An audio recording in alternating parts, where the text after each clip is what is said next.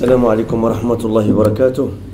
بسم الله الحمد لله والصلاة والسلام على رسول الله. أما بعد فلا نزلنا في صدد مدارسة رسالة الشيخ ربيع حفظه الله تعالى التي تحت عنوان مذكر الحديث النبوي الشريف العقيدة والاتباع. Nous sommes toujours dans la série ou l'entraide à l'étude de la série de cours qui a pour sujet l'épître de Cheikh Rabi' hafidahullah ta'ala, aide-mémoire de tradition prophétique dans la croyance et le suivi.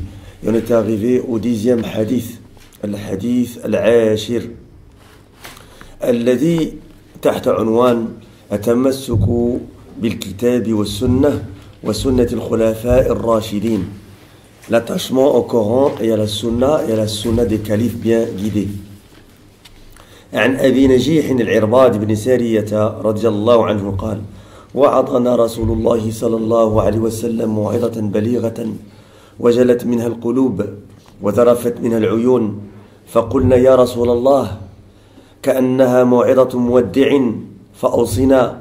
قال صلى الله عليه وسلم: أوصيكم بتقوى الله والسمع والطاعة، وإن تأمر عليكم عبد فإنه من يعش منكم فسيرى اختلافا كثيرا، فعليكم بسنتي وسنة الخلفاء الراشدين المهديين من بعدي، عضوا عليها بالنواجذ، وإياكم ومحدثات الأمور فإن كل بدعة ضلالة. الحديث رواه أبو داود في سننه والترمذي كذلك في سننه، وقال حديث حسن صحيح، ورواه أحمد في المسند وابن ماجه في السنن والدارمي. Qu'est-ce que nous dit Cheikh Rabi' ici? Il nous rapporte un hadith qui est d'après Abu Najih al-Irbad ibn Sariyah, car le théologien grec qui dit: le messager d'Allah sallallahu alayhi wa sallam nous fit un sermon éloquent en raison duquel les cœurs furent touchés par la crainte et les yeux versèrent des larmes. Nous dîmes alors: ô envoyé d'Allah, c'est comme si c'était le sermon de quelqu'un qui prend congé définitivement. Donne-nous des recommandations. Recommande-nous. Il dit alayhi salatu wassalam: je vous recommande la crainte d'Allah Azza wa Jal et d'écouter et d'obéir, même si celui qui vous gouverne est un esclave. Celui qui vivra d'entre vous verra certes beaucoup de divergences. Attachez-vous alors à ma sunna et à la sunna des califes bien guidés après moi. Mordez-y à pleines dents, c'est-à-dire littéralement c'est mordez-y avec vos molaires, bin nawajid. Et prenez garde aux innovations religieuses, car toute innovation religieuse est un égarement. Le hadith l'a rapporté par Abu Daoud dans Sunan, Tirmidhi dans Jami', ou ce qu'on appelle aussi Sunan, qu'il a jugé bon et authentique, Hasan Sahih, et par Ahmed dans son Musnad, Ibn Majah dans Sunan, et également Ad-Darimi.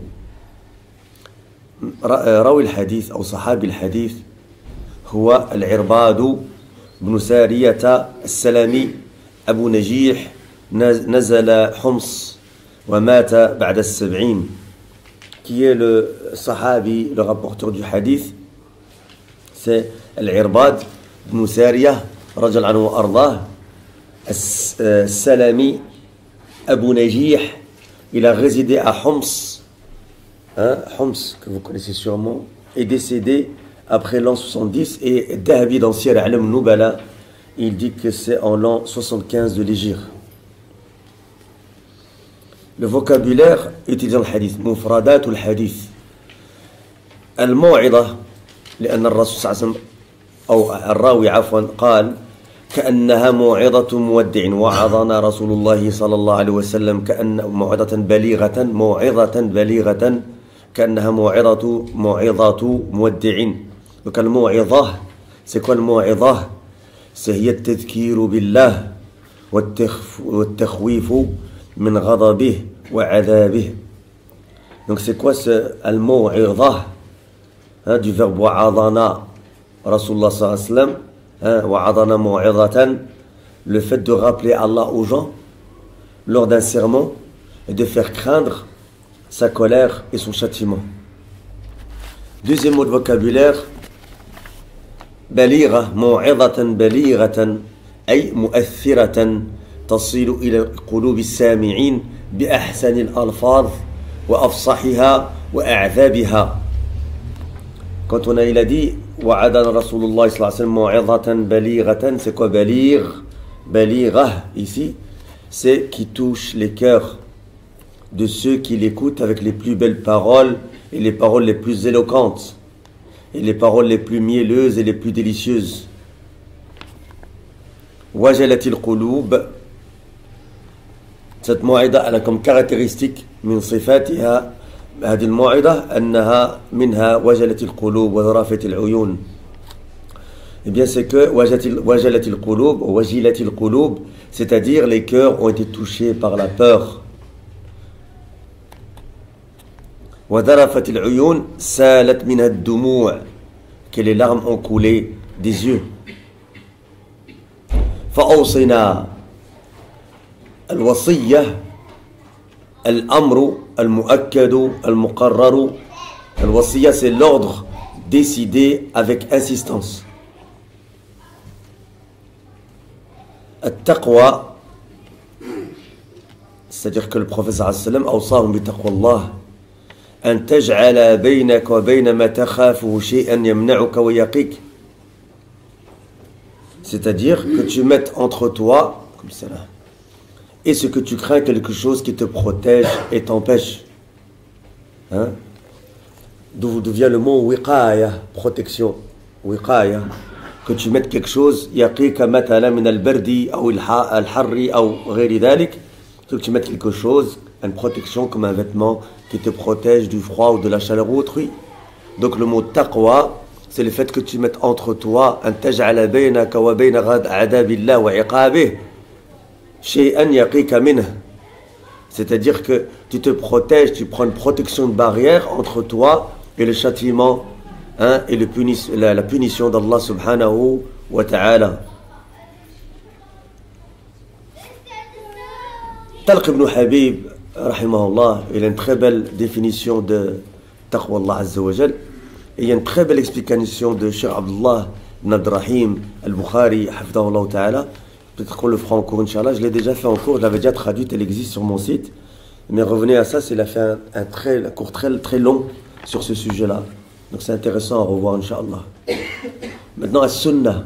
Alaykum bi sunnati. C'est-à-dire que le prophète, sallallahu alayhi wa sallam, il a montré le mal qui va toucher la communauté. بيّن لهم وأخبرهم بالداء الذي سيصيب الأمة ثم أعطاهم العلاج والطريق إلى الخروج من هذه المشكلة ومن هذه الفتن التي هي التفرق والاختلاف الكثير. فقال عليه الصلاة والسلام عليكم بسنتي, suivez donc ma sunna. C'est quoi la sunna? ما هي السنة؟ الطريق والمنهج فيشمل ذلك التمسك بما كان عليه رسول الله صلى الله عليه وسلم وخلفاؤه الراشدون من الاعتقادات والأقوال والأعمال. Donc c'est quoi la sunna? C'est la voie, la méthodologie, et cela comprend le fait de s'attacher à ce sur quoi était le messager d'Allah sallallahu alayhi wa sallam et ses califes bien guidés dans les croyances, dans les paroles et les actions. Et c'est une parole que dit l'imam Barbahari rahimahullah dans Sharh Sunna aussi. Il dit que le sunni, alladhi, et celui qui est sur la sunna, c'est celui qui envoie la sunna, qui suit la sunna dans ses croyances, dans ses paroles et dans ses actions. Il a dit la sunna fi i'tiqadatihi wa fi aqwalihi wa fi a'malihi. البدعة التي هي ضد السنة, c'est le contraire de la sunna. C'est quoi la bid'a? C'est إحداث أمر في الدين لم يكن على عهد رسول الله صلى الله عليه وسلم وعلى على عهد أصحابه. Donc c'est quoi la bid'a? C'est le fait d'inventer une chose dans la religion qui n'existait pas à l'époque du messager d'Allah sallallahu alayhi wa sallam, ni à l'époque de ses compagnons. Il y a une très belle définition, تعريف جميل شامل للإمام الشاطبي رحمه الله في كتاب الاعتصام. Revenez à ce livre, Kitab al-I'tisam de l'imam Shatibi, c'est un très bon livre. Au début, il parle de l'ghurba, la ghurba, le fait d'être étrange des gens de la sunna, d'être étranger parmi les gens. Et il donne la définition de la bid'a dans ce livre. Très très bonne définition, retournez à celle-là, Inch'Allah.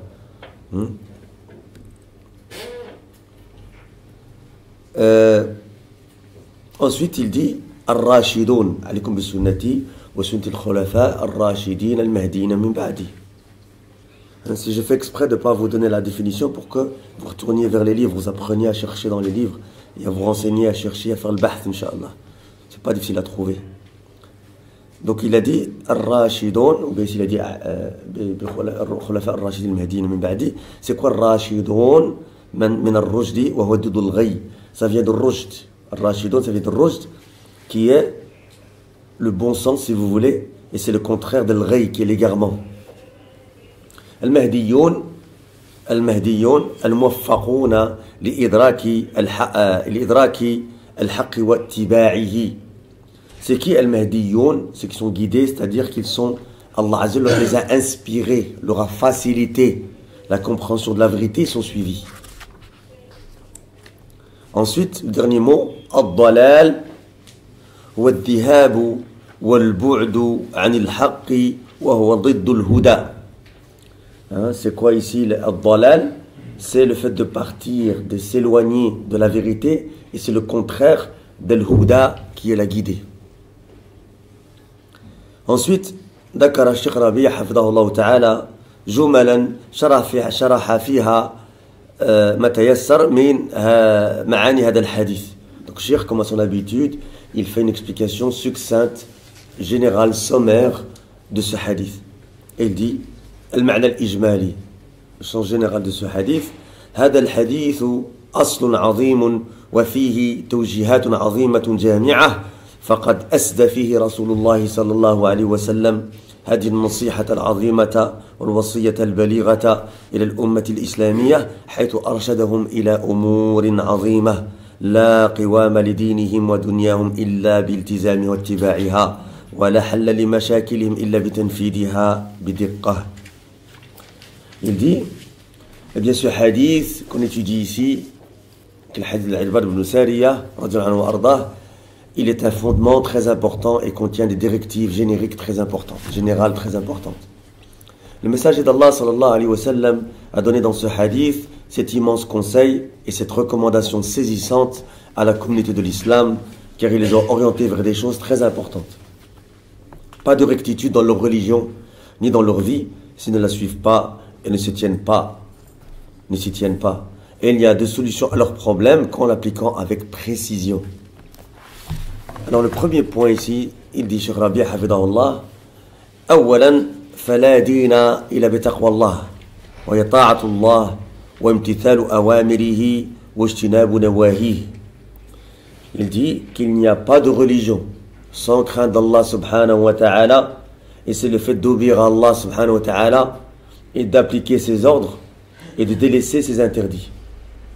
Deuxième point, ولا قيام لدينهم ولا دنياهم إلا بإمام صالح عادل يقودهم بكتاب الله وسنة رسول الله صلى الله عليه وسلم وينفذ فيهم شريعة الله وينظم صفوفهم ويوحد كلمتهم ويرفع لهم راية الجهاد لإعلاء كلمة الله وعلى الأمة أن تسلم له زمام الطاعة فيما تحب وتكره ما دام مستقيما على أمر الله ومنفذا لأحكامه. ولمصلحة الإسلام والمسلمين وحفاظا على وحدتهم وحقنا لدمائهم يفرض الإسلام الطاعة بالمعروف على الأمة لولي الأمر وإن كان عاصيا ما لم يخرج به العصيان إلى الكفر. Qu'est-ce qu'il dit Cheikh Rabi' ici hafidahullah? Il dit leur religion et leur vie ne peut se réaliser qu'au moyen d'un dirigeant vertueux et juste qui va les gouverner avec le livre d'Allah subhanahu wa ta'ala et la sunna de son messager sallallahu alayhi wa sallam, et va appliquer sur eux la législation d'Allah subhanahu wa ta'ala, et va organiser leur rang et unifier leurs paroles et lever pour eux le drapeau du jihad pour que la parole d'Allah soit la plus haute. Et la communauté se doit de lui obéir dans ce qu'elle aime et dans ce qu'elle déteste, tant qu'il est droit sur l'ordre d'Allah subhanahu wa ta'ala et applique ses jugements. Et pour le bien de l'islam et des musulmans, et pour préserver leur union et préserver leur sang, l'islam impose à la communauté de lui obéir dans ce qui est convenable, et ce même s'il est désobéissant envers Allah, tant que sa désobéissance n'arrive pas au degré de la mécréance, contrairement à ce que disent certains parmi les harakiyin, les hizbiyin. Ils disent, ah, il a des péchés, bon, on ne doit plus lui obéir. يعني كل بني آدم خطأ. Tous les gens, les fils d'Adam, ils ont tous des péchés, ils ont tous des erreurs. Ça voudrait dire qu'alors on ne va plus obéir à qui que ce soit. Hein? Troisième chose, وتناولت وصية رسول الله صلى الله عليه وسلم موقف الأمة من الخلافات والمخالفين للحق، فأرشدنا إلى الاعتصام بالحق والرجوع إلى النهج السوي، منهج رسول الله صلى الله عليه وسلم والخلفاء الراشدين، وما سنتهم ومنهجهم إلا كتاب الله الذي لا يأتيه الباطل من بين يديه ولا من خلفه، وسنة رسول الله صلى الله عليه وسلم مطهرة، ففيهما النجاة والسعادة، وفيهما الحلول الصحيحة الحاسمة للخلافات الواقعة بين الفرق الإسلامية وإنهاؤها على الوجه الذي يرضي الله سبحانه وتعالى ويجمع كلمة المسلمين على الحق، وكل الحلول التي تقدم على غير هذا الوجه فخاطئة وعاقبتها الفشل. Donc ici la recommandation du messager d'Allah sallallahu alayhi wa sallam comprend la position de la communauté par rapport aux divergences et ceux qui transgressent la vérité. Il alayhi salatu wa sallam nous a orientés vers le fait de se cramponner à la vérité et de revenir à cette voie droite. Il l'a dit quand il a dit Addu alayha bin nawajid, mordez-y de vos pleines molaires, c'est-à-dire les dents qu'on a à l'arrière, hein, les dents les plus fortes, on s'accroche à la sunna. Et de revenir à cette voie droite, la voie du messager d'Allah sallallahu alayhi wa sallam et des califes bien guidés. Et leur voie, leur sunna n'est rien d'autre que le livre d'Allah. Hein? La ya'tihi al-batilu min bayni yadihi wa la min khalfihi. Le faux ne l'atteint d'aucune part, ni par devant, ni par derrière. Surat Fussilat, verset 42. Et la voie du messager d'Allah sallallahu alayhi wa sallam pure. Il y a en ces deux, le Coran et la sunna, le bonheur et le salut, le fait d'être sauvé. Et les solutions radicales aux divergences qui existent entre les groupes islamiques et le fait d'y mettre fin de la manière qui satisfait Allah subhanahu wa ta'ala et unifie la parole des musulmans sur la vérité. Car comme dit Cheikh Fawzan dans Sahih al-Barbahari, hafidhahullah, il dit que la yumkinu tawahhudu wa wahdatul muslimin illa ala al-haqq wal haqq wal kitab wal sunnah ala fahmi salaf as-salih ridwanullahi alayhim ajma'in. C'est pas possible, la yumkinu an tajtami'a al-ummatu ala ghayri dhalik.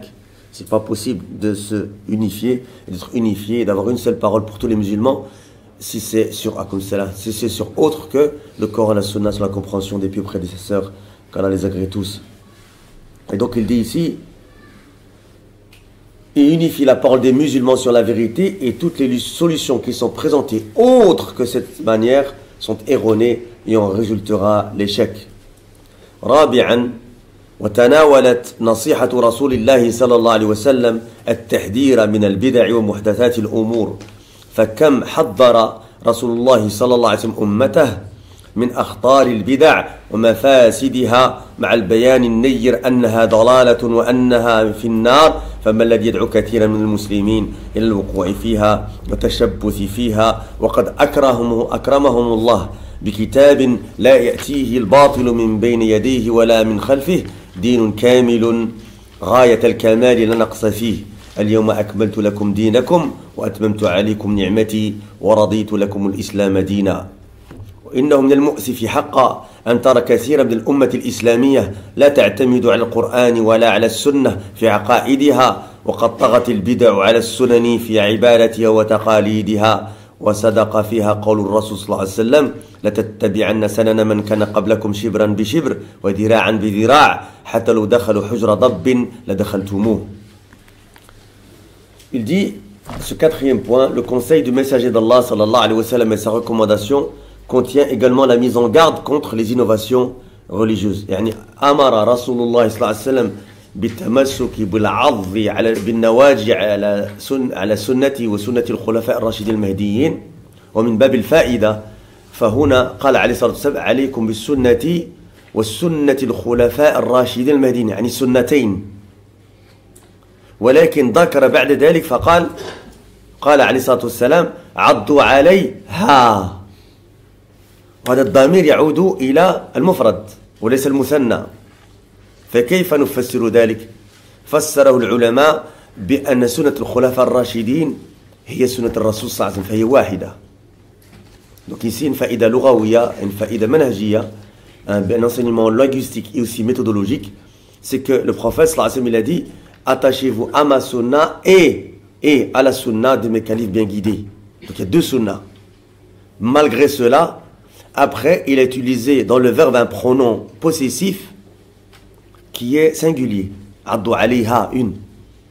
Les ulama ont expliqué pour dire qu'en fait la sunna des 4 califes c'est la sunna du prophète alayhi salam.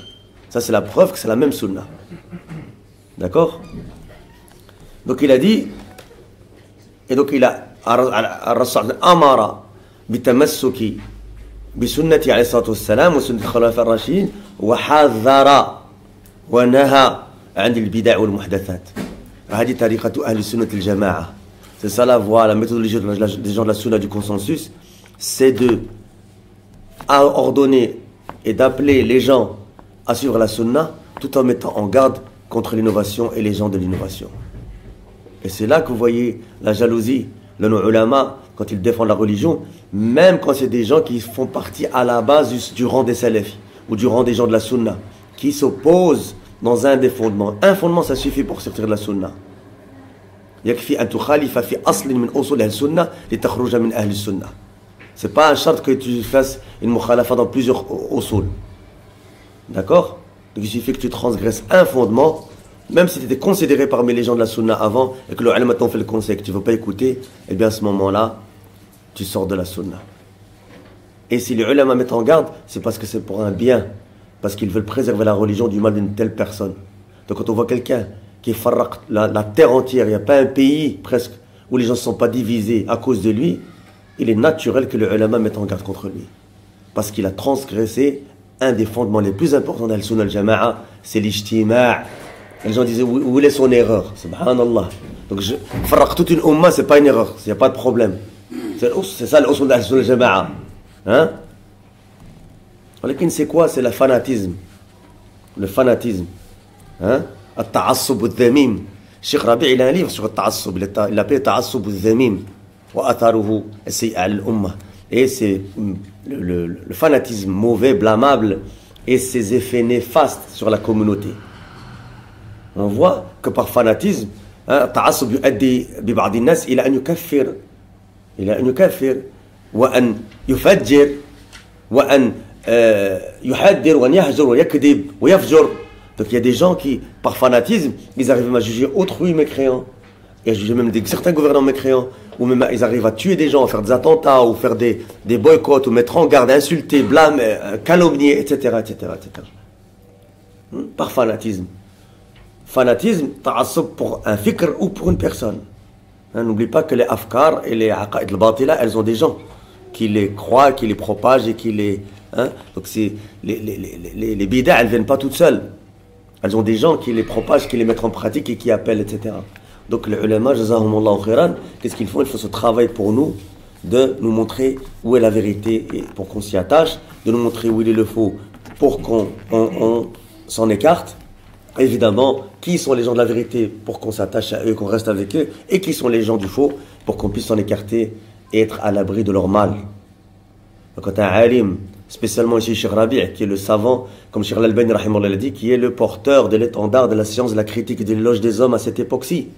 Et ça, il n'y a personne qui dit le contraire. Même certains mukhalifines lui reconnaissent ça. Même s'ils n'acceptent pas ses paroles, etc. Mais ils reconnaissent que l'homme, c'est sa matière, c'est lui le spécialiste de ça. Donc quand il dit fais attention à un tel, eh ben fais attention à un tel.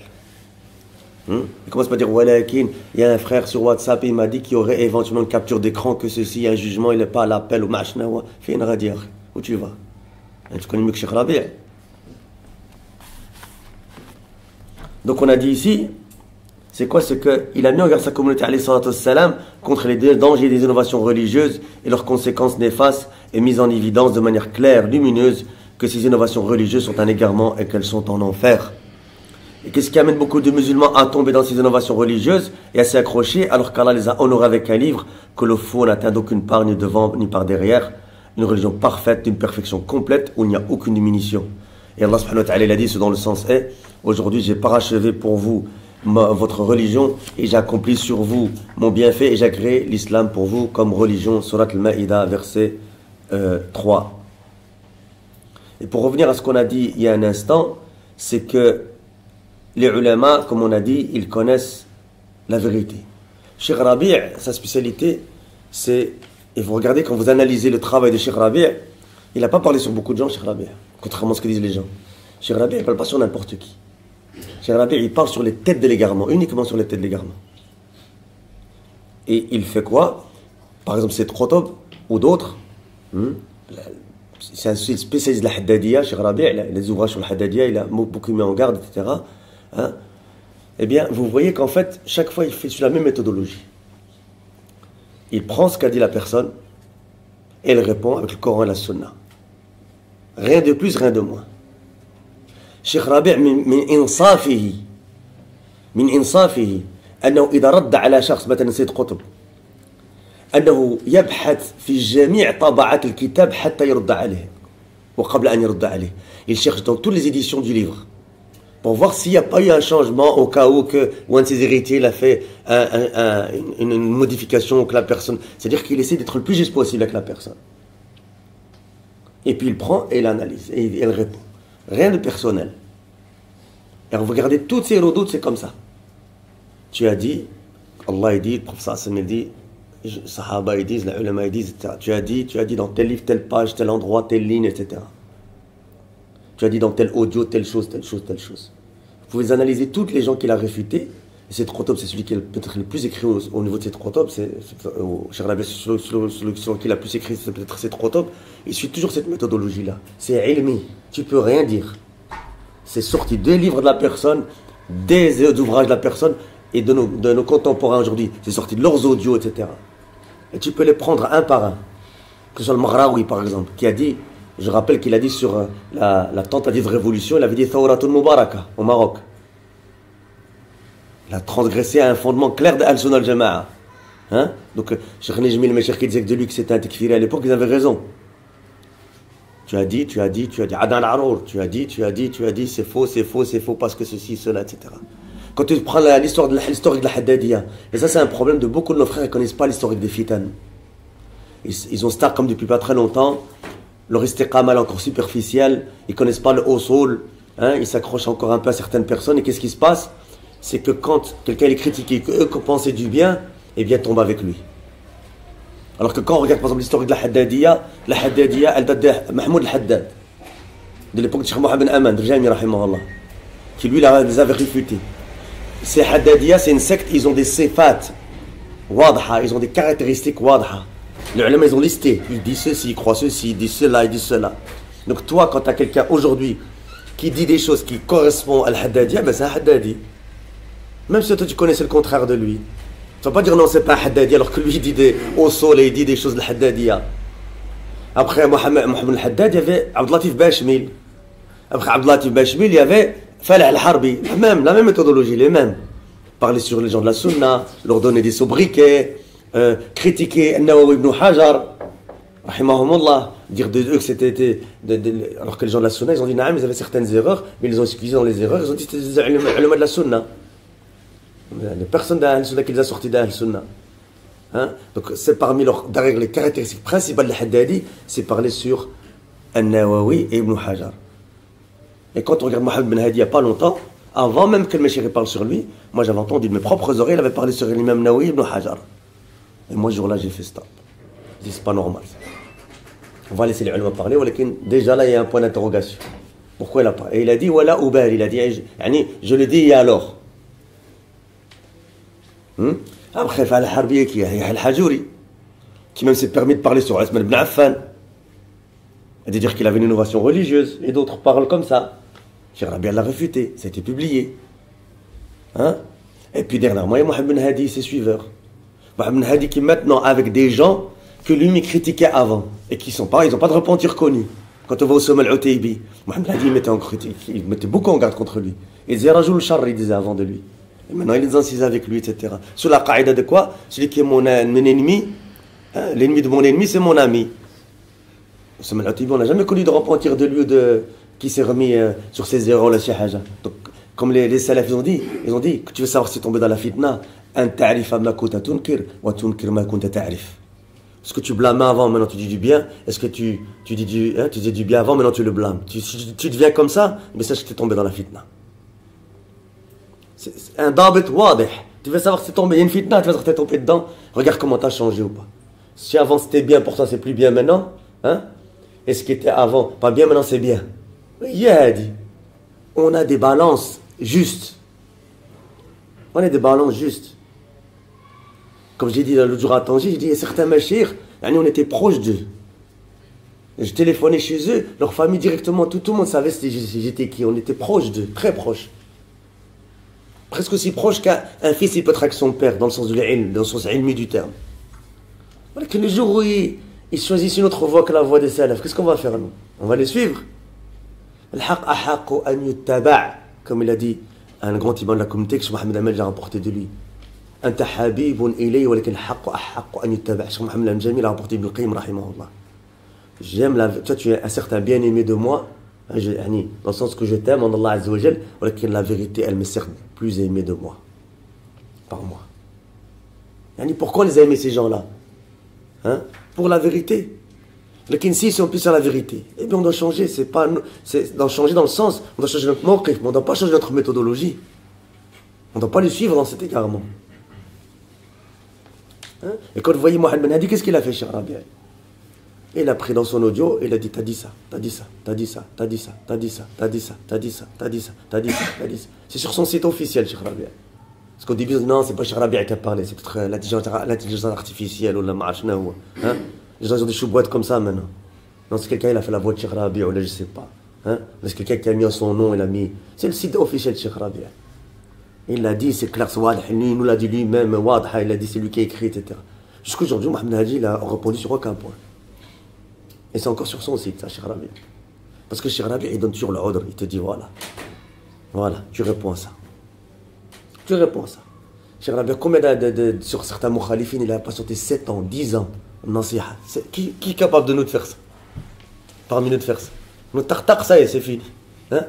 Il a patienté parce qu'il a l'ilm lui aussi. Parce qu'il patiente, il patiente, il patiente. Chaque fois qu'il veut le visiter, à certains points, les gens ne voulaient plus le visiter. Parce qu'ils savent qu'il va les nasah. Taqillah, attention, taqillah, attention, fais ceci, reviens, rja'ila al-haq, etc. Mais au moment où l'espoir, il n'est plus là. Et donc là, le fait de préserver la communauté passe devant. Alors il faut parler. Parce que la personne, on voit qu'elle ne veut pas revenir. Yatamada, il continue sur al-batil, il continue, il persiste sur le faux. On va se taire, et on va laisser toute une communauté s'égarer. Là, faites attention, ikhwa, qui que ce soit. On a le respect, bien sûr, de nos machir, etc. Mais justement, nos machir, ils nous ont appris à aimer la vérité plus qu'on les aime à eux. Parce qu'on les a aimés justement pour la vérité. Et de ne pas suivre quelqu'un quand il s'égare. Il y a des choses qui sont graves qui se disent dans des mosquées d'Allah subhanahu wa ta'ala. Cheikh Al-Fawzan, il a dit, qu'est-ce que vous dites de quelqu'un qui dit ça dans une mosquée? Il a dit, il ne faut pas l'écouter. Les mosquées ne sont pas faites pour ça. Elles ne sont pas faites pour insulter les gens, pour calomnier les gens, etc. Elles ne sont pas faites pour ça. Hein? Cheikh Al-Albani, rahimahullah, quand il a fait une fatwa sur la Palestine à l'époque, les Hizbines, ils ont monté sur le bar, ils ont parlé sur lui. Hein, ils l'ont traité de munafiq, etc. Cheikh Al-Albani ne s'est même pas défendu lui. Il a dit, est-ce qu'il est juste pour vous d'utiliser le manbar pour ça? C'est comme ça qu'il leur a répondu. Cheikh Al-Albani, ça lui a fait mal qu'ils utilisent le manbar pour faire ça. Vous utilisez l'endroit de la prêche pour, au lieu de faire le rappel aux musulmans, pour m'insulter moi, insulter un alim qui a fait une fatwa, qui est shari'a et qui est correct, etc. Donc ici on continue, il dit, Cheikh Rabi' hafidahullah, ce qui est vraiment triste, c'est que tu vois un grand nombre de cette communauté islamique ne pas se baser sur le Coran ni sur la Sunna dans leurs croyances, et que les innovations religieuses ont débordé sur les Sunan dans leurs croyances et dans leurs coutumes. Et le messager d'Allah m'a dit vrai lorsqu'il a dit, c'est une magnifique parole du prophète alayhi salatu wassalam, vous suivrez certes la tattabi'anna sanana man kana qablakum, les voies de ceux qui vous ont précédé, empan par empan, coudé par coudé, à un tel point que même s'ils entraient dans le terrier d'un lion romastique, c'est-à-dire un genre de lézard, un petit terrier, hein, eh bien vous aussi vous les suivez. C'est-à-dire, regardez, al-mubalagha fi l'ittiba' ici. Regardez l'extrême suivi dans le mal ici. C'est-à-dire qu'un petit trou d'un lézard, même s'ils vont y rentrer, toi tu vas y rentrer aussi. Tu les suis même là-dedans. Les enseignements tirés de ce hadith, al-fawaid al-ma'khouda mustafadu min al-hadith, أولا مشروعية النصيحة والوعظ للمسلمين ويكون ذلك تخولا كما في حديث ابن مسعود رضي الله عنه وأرضاه. Le premier, c'est que le conseil est légiféré, ainsi que le rappel aux croyants, et que ce soit de temps en temps, comme c'est rapporté dans le hadith d'Ibn Mas'ud, et je vous donne une source, voir l'authentique de l'imam Bukhari, Kitab al-Ilm, dans le chapitre de la science, dans Sahih al-Bukhari. Hein? C'est-à-dire que on ne fait pas tout le temps le conseil, l'imam après chaque prière il fait le conseil, il se retourne, ça va être lourd pour les gens. Hein? On le fait de temps en temps, de temps en temps. ثانيا الأمر بتقوى الله في الموعظة. Il y a dans ce hadith le fait d'ordonner de craindre Allah dans le sermon. C'est ce que d'ailleurs Cheikh Rabi', chaque fois qu'on s'est assis avec lui, dans tous les audios que vous écoutez, il dit toujours au début alaykum bittaqwallah wa alaykum bis-sidq. Alaykum bis-sidq, soyez craignez Allah, la taqwa est toujours le sidq, soyez véridique. Hein? Ya ayyuhalladhina amanu taqullaha wa kunu ma'as sadiqin. Toujours dans toutes les fitanes il rappelle cela. Oh vous qui croyez, hein, craignez Allah et soyez avec les véridiques. Parce que si tu n'es pas avec les véridiques, tu vas être avec le kadibin. Il lam takun ma'a sadiqin, fa satakun ma'a al-kadibin. Donc ici, troisième chose, il dit, ثالثا في الحديث علم من أعلام النبوة حيث وقع الخلاف في الأمة كما أخبر عليه الصلاة والسلام. Et bien là de ce hadith, un signe parmi les signes de la prophétie, car la divergence a eu lieu dans cette communauté, comme il en a informé عليه الصلاة والسلام. Quatrièmement, رابعا وفي الزجر عن الاختلاف في أصول الدين وفروعه. Il y a l'interdiction de diverger dans les fondements de la religion ou même dans les branches de la religion. La divergence, c'est pas bon, c'est pas quelque chose de... Hein, on dit c'est le khilaf ou c'est un khir, c'est un bien. Non, c'est pas un bien. Khilaf ou char. Cinquièmement, وفيه الرجوع إلى منهج الرسول صلى الله عليه وسلم وخلفائه الراشدين.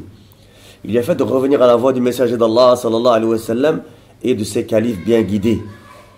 سادسا وفي الزجر على البدع والتحذير منها. Il y a l'interdiction d'innover dans la religion et l'ordre de mettre en garde contre les innovations religieuses. وفي أن كل بدعة ضلالة وليس فيها حسنة. Toute innovation religieuse est un égarement et il n'y en a pas de bonne. Hein, il y a quelques jours encore j'entendais quelqu'un qui disait ce qu'on appelle l'istihsan, mastahsanahu an-nas. C'est-à-dire que c'est une bid'a que les gens trouvent que c'est bon, c'est bien. Eh bien, c'est pas un mal de le faire. Alors que le prophète, sallallahu alayhi wa sallam, il a dit kullu bid'atin dalala. Et Abdullah ibn Omar, il a dit, radiyallahu anhuma, il a dit, il a mis en garde sur les innovations religieuses, et il a dit وَلَوْ رَآهَا النَّاسُ حَسَنَةً. Même si les gens la voient comme... Regardez, il parle de l'istihsan. Et le qawl du sahabi, il est clair. Il a dit, même si les gens la voient que c'est une bonne chose. Il n'y a pas de bid'a hasana. Il n'y a pas, ça n'existe pas. Hein? Donc faites attention. Et même si on vous sort de parole de certains imams où ils ont divisé la bid'a en plusieurs catégories, etc. Kol, tufidul umum, kol, bid'a hasana, kul bid'a, dalalah, wa kul dalalatin fi an-nar. وجزاكم الله خيرا والله أعلم وسبحانك اللهم وبحمدك أشهد أن لا إله إلا أنت أستغفرك وأتوب إليك.